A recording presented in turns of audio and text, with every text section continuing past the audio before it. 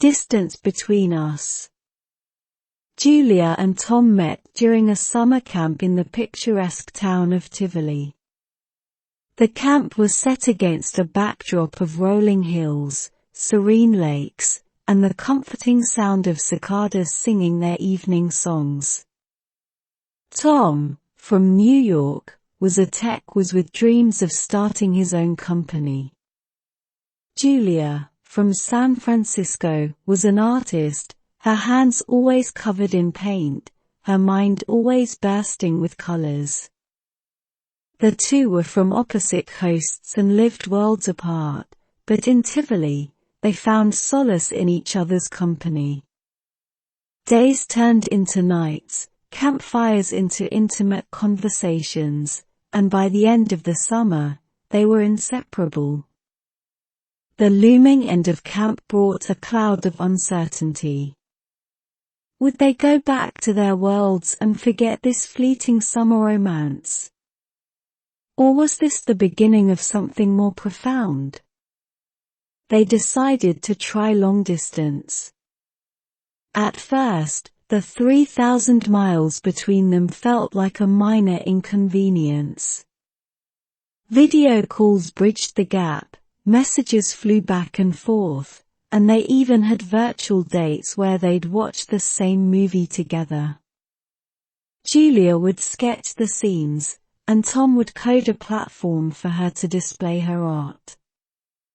But as days turned into months, the cracks began to appear. Tom was often buried in work, struggling to get his startup off the ground, while Julia felt stifled in her art, missing the inspiration Tom's presence provided.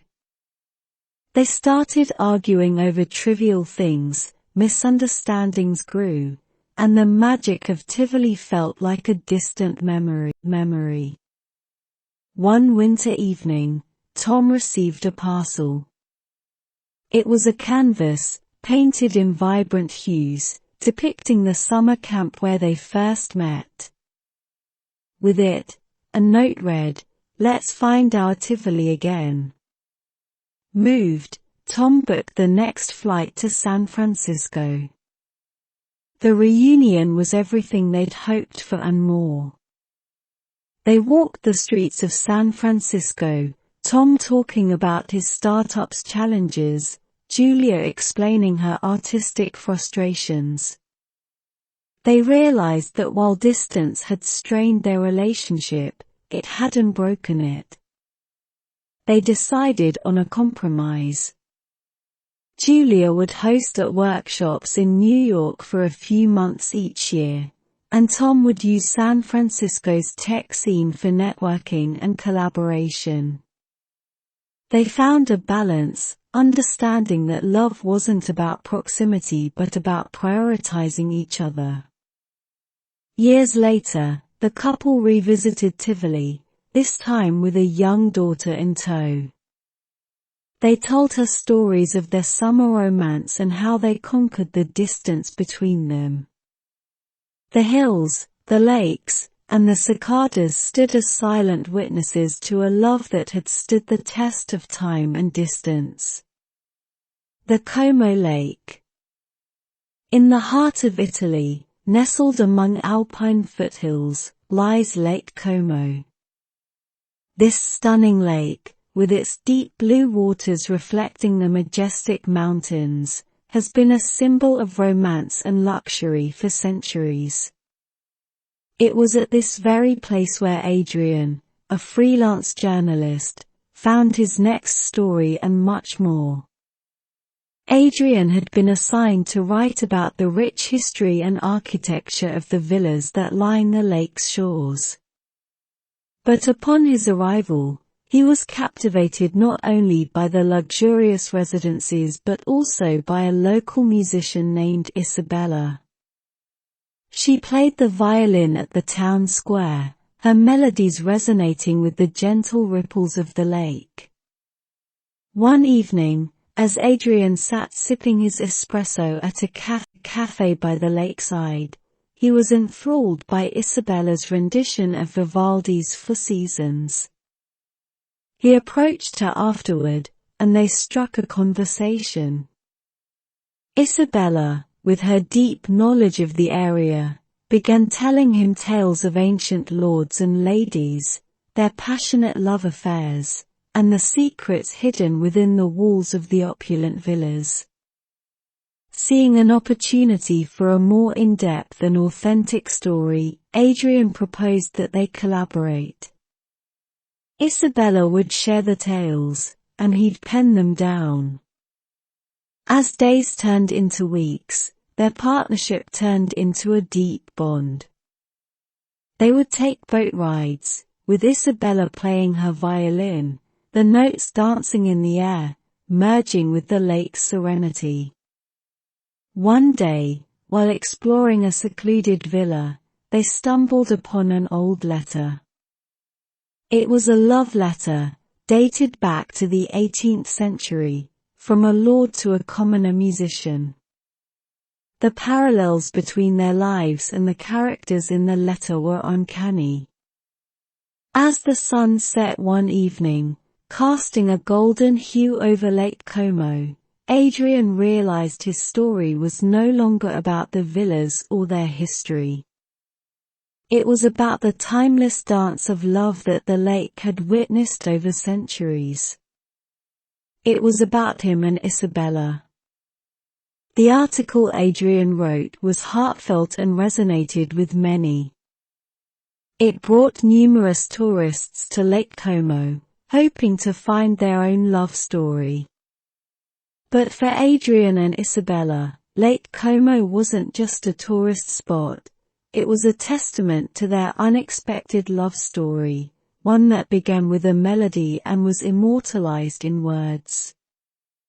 The two eventually settled in a quaint villa overlooking the lake, with Isabella's music filling their home and Adrian's stories capturing the essence of life around Como Lake. The lake, with its shimmering waters and ancient tales, had brought them together, binding them in a love as deep and vast as its own expanse. Fairy tales. Brielle was a modern-day storyteller. She had grown up surrounded by books, listening to the fairy tales her grandmother whispered in her ear before bedtime.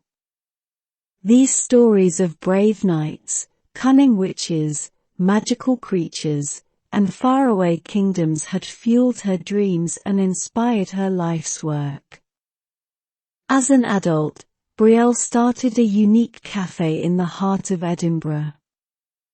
It was called Fairy Tales, and its charm lay not just in the delicious pastries or aromatic coffees but in the tales that came alive within its walls. Every evening, the cafe transformed into a storytelling hub, with Brielle narrating her version of classic fairy tales, often with modern twists. One of her favorite adaptations was of Cinderella. In her version, Cinderella was a young entrepreneur fighting for her place in a corporate world dominated by her wicked step-siblings. With the help of her fairy god mentor, she launches her own startup and eventually outshines her competitors. Prince Charming, on the other hand, was a venture capitalist who recognized her potential and partnered with her, both in business and life. Word spread about Brielle's unique cafe, and soon, it wasn't just the locals who frequented Fairy Tales. Tourists, writers, and literature enthusiasts from all corners of the globe came to listen to her stories. But as days turned into years, Brielle felt something was amiss. One cold evening, a stranger named Aidan walked into the cafe. He was an anthropologist who had traveled the world, collecting lesser-known fairy tales from different cultures. He introduced Brielle to tales she had never heard before, stories of spirits from Japanese folklore, of African warriors and their enchanted journeys, tales from the indigenous tribes of Australia, and so much more. Brielle and Aidan started collaborating. Every week, they introduced a new story from a different part of the world. The cafe became a melting pot of cultures, a place where age-old tales from diverse backgrounds were celebrated. Their partnership led to an anthology of global fairy tales, which became a bestseller.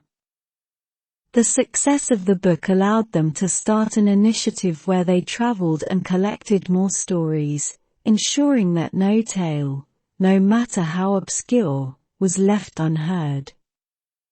Fairy Tales wasn't just a cafe, it became a movement. It emphasized the power of stories and how they could bridge cultural gaps, making the world seem a little smaller, a little more connected. And as for Brielle and Aidan, their shared passion for stories turned into a deep bond. They continued their journey together, hand in hand, collecting tales and sharing them with the world, proving that sometimes life itself could be the most enchanting fairy tale of all. Dangerous passion. Elena was a gifted violinist. Music flowed through her as effortlessly as air, each note she played resonating with the deepest chambers of the heart.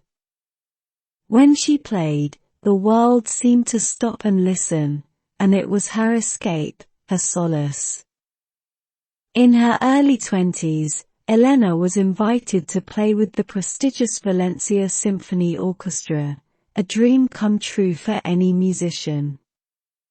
The orchestra's conductor, Maestro Diego, was a legend in the music world.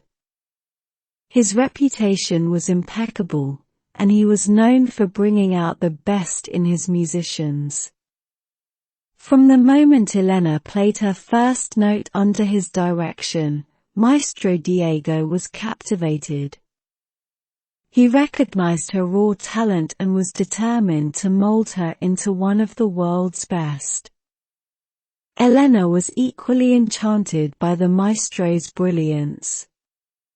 The two started spending long hours together, perfecting compositions and discussing nuances. The dedication soon turned into an intense passion, not just for music but for each other. Their connection was electric, their duets creating magic that left audiences spellbound. But with passion came obsession. Diego started demanding more and more from Elena, pushing her to her limits. He became possessive, wanting to control every aspect of her musical journey. Elena, once a free spirit, found herself trapped in a cage of Diego's making. Her love for music was now tainted with fear and anxiety.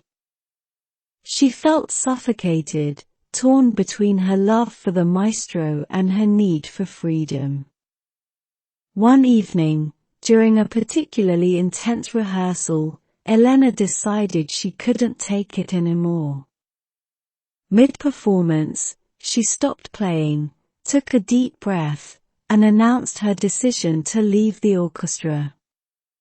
The room was silent, the weight of the moment palpable. Diego, unable to handle the rejection, stepped down from his position as conductor, leaving the orchestra and disappearing from the music world entirely. Elena moved to Paris, where she joined a chamber music group.